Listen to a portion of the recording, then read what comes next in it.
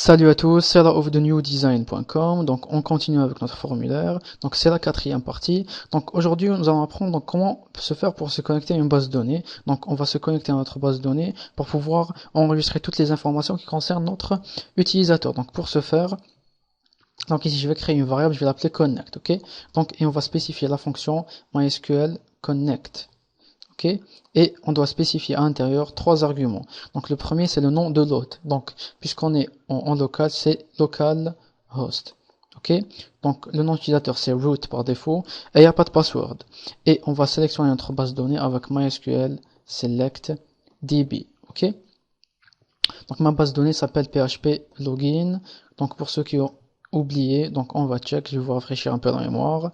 Donc ici vous voyez bien c'est PHP login, ok.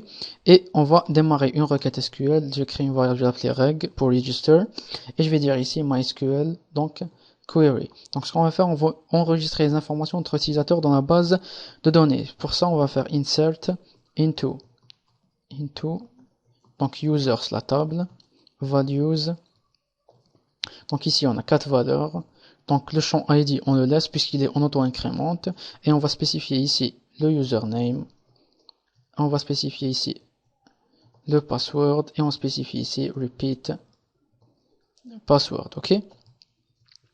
Ce que j'ai envie de rajouter ici, donc on va donc crypter nos passwords, ok.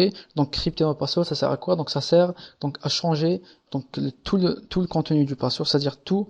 Donc on va changer tout le password pour donc si éventuellement on pirate notre base de données, donc les passwords ne seront pas identifiables, ok. Donc pour ce faire, donc ici password, on va les crypter en MD5, ici c'est password et repeat password, on va le crypter aussi en MD5. Ici c'est repeat password, ok. Donc mes deux passwords sont cryptés. Donc ce que j'ai envie de rajouter ici, je vais écho un petit truc pour embellir notre formulaire. Je vais dire ici s'inscrire, ok. S'inscrire. Donc ici point virgule. Donc on va check s'il n'y a pas d'erreur. Donc ici j'actualise. Et j'ai ici s'inscrire qui apparaît. Donc si je mets valider, j'ai ici veuillez saisir tous les champs.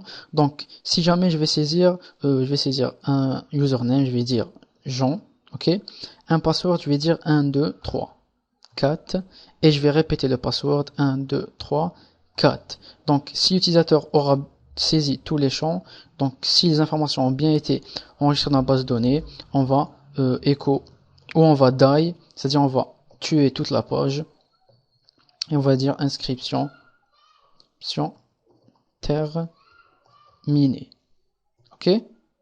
Donc ici, on va check. Je mets valider. Et j'ai ici inscription terminée qui apparaît. Donc on va check notre base de données. Donc vous voyez, donc les champs sont vides. Donc si j'actualise ici, j'actualise, donc ici on attend un peu et on voit très bien ici donc username Jean et le password a été crypté en MD5, donc 1 2 3 4. Donc voici à quoi ressemble 1 2 3 4 en MD5, ok. Donc si un hacker pirate notre base de données, donc il pourra jamais savoir que ce password est égal à 1 2 3 4.